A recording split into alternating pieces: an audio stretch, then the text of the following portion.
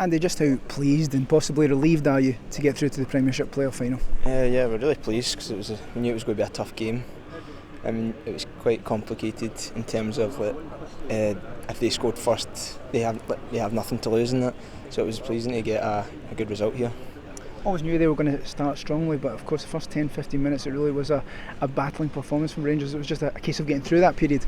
Yeah, we expected that and we were counting on getting through it so we could go on and play in the rest of the game.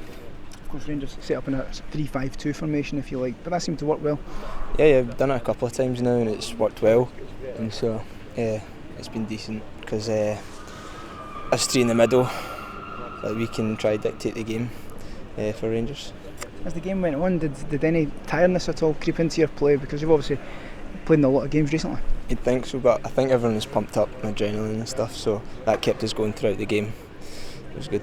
Just how important is the recovery during this period? We've seen you playing a lot of games, a lot of action under your belt, but is the recovery now the most important thing? Yeah, you definitely need to look after your body after these games because they're high intensity, high pressure games.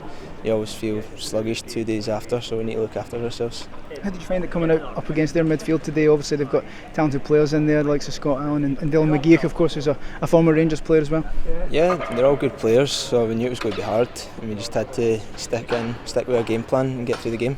When you saw that there was 5 minutes of injury time towards the end, it must have been you must have looked at the referee and thought he must have been at the wind-up really. I didn't know that actually, and that makes sense because I felt it was going forever actually. But in terms of the final itself now, Motherwell coming up a double header against them. Obviously it's going to be two massive games against them. Ibrox first? Yeah, it'll be difficult games. Motherwell, although they're 11th in the league, they are a good side when they play well, so hopefully we're on our game at Ibrox. What do you know about them so far? Have you managed to look at the results of their team in any way? I've seen a few of their games and I managed to see the one they beat, who was it? I think it's Kilmarnock 3-1 at Fir Park, and they played well there, so they're capable of playing well.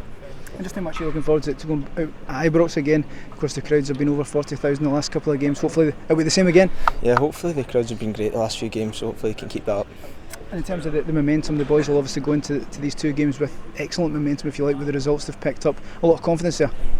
Yeah, it's been good momentum, and we just need to keep that going so we don't drop off, and hopefully we can get through.